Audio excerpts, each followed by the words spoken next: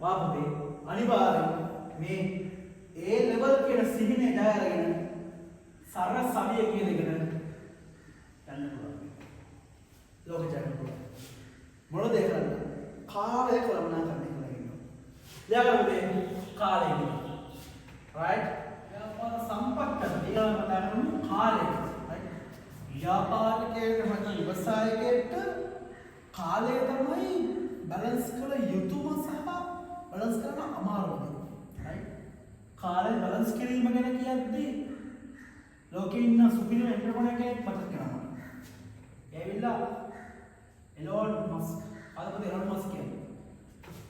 එලෝන් Musk කියන්නේ SpaceX දන්නවද? SpaceX කියන්නේ අභ්‍යවකාශ තරණය පිළිබඳ විශාල වශයෙන් පරිශ්‍රණය කරන සහ පරිශ්‍රණ දියත් කරන මේ සක්සස් කරන ආයතන. SpaceX, Tesla. හරි. ඔයගේ ආයතන බර ගානක් නිර්මාණය කරනවා. මෑන්ස් කියනවා පුතේ ඔයා යම් කිසි දෙයකට ලබා දෙන කාලය තමයි ඔබ ඒ වෙනුවෙන් වැය කරන කාලය. ඒක පිස්සුවක නේද? මොකද ආයි කියන්නම්. ඔබ යම් කිසි දෙයක් වෙනුවෙන් වෙන් කරන කාලය තමයි ඔබ ඒ දේ වෙනුවෙන් වැය කරන කාලය. පිස්සුවකනේ. පැහැදිලි කරගන්න. හරි. දැන් ඔයාලා හිතනවා පුතේ ඔයාලා A level ලියන්න ඕන ඔයාලට වයස අවුරුදු 21 වෙන්න කියලා. මම ඉස්කෝලේ 13 මන්ත් දෙකකට පස්සේ තමයි මම A level ලියලා කැම්පස් වල හිටන්නේ. ඒ පුතේ මේ ලෝකෙ මිනිස්සු ඉන්නවා වයස අවුරුදු 17 A level කරපු 16 A level කරපු ඔයා හිතනවා මම ડોක්ටර් කෙනෙක් වෙන්න මේ කාලෙක නේ ඔයාලා හිතාගෙන ඉන්නේ. හැබැයි ඒක තමන් වෙන් කරන කාලය මට පදනම් තමයි තියෙන්නේ. හොඳම උදාහරණයක් කියන්න ඉන්නවා එයාගේ නම මේක මහිම විජේවර්ධන සර්ච් කරලා බලන්න. මේක මහිම විජේවර්ධන. ශ්‍රී ලාංකීය සම්භවයක් තියෙන දැනට ඕස්ට්‍රේලියාවේ ජීවත් වෙන කොල්ලෙක්. මේක මහිම විජේවර්ධන. එයා 2017 දී ගන්නවා NASA එකේ ස්පේස් සම්බන්ධ ඇම්බැසඩර් කෙනෙක්.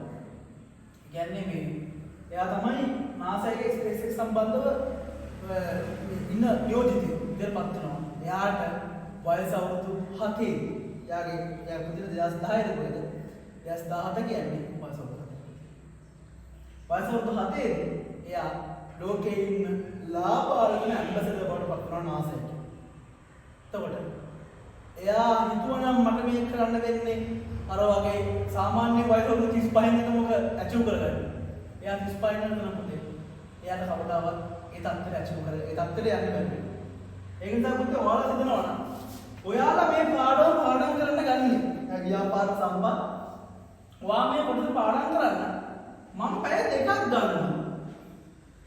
කියලා හිතුවොත් පුතේ ඔයා ගන්න පැය දෙකක් තමයි. ඔයා පැය 3ක් ගන්නවා. ඔයා පැය 3කින් ඉඳන් පාඩම්. හැබැයි ඔයාලා මම පැය පාඩම් කරනකොට ඔයා පැය පාඩම් කරනවා. ඒකට හේතුව මොකද දන්නවද? ඔයා හිතනවා රයිට් මට මේක මම පැයෙන් පාඩම් කරන්න ඕන. මම ටයිම් බවුන්ඩ් එකම ඔළුවේ දාගෙන ඉන්නවා. ඒතර පුතේ ඔයා ඒ වෙනුවෙන් වැඩ කරන්න පෙළඹෙන. ඒ වෙනුවෙන් වැඩ කරන මිනිස්සු යාට එකතු වෙනවා.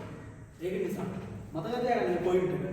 ඔයා යම් කිසි දෙයක් වෙනුවෙන් වෙන් කරන කාලය තමයි ඔයා ඒ සඳහා වැය කරන කාලය. ඒක නිසා කියන්න මේ දේ ඔයාලා ටයිම් ටේබල් එකක් හදාගන්න වැඩ කරන්න. ටයිම් ටේබල් එකක් හදාගෙන මම මේ දවස්වලදී මේ දේ ඉවර වෙනකන් ටයිම් බවුන්ඩ් එකක් පොඩ්ඩක් හදාගන්න.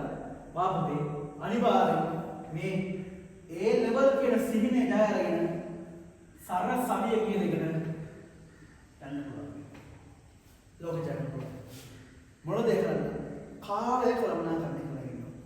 ඊළඟට කාලය. right?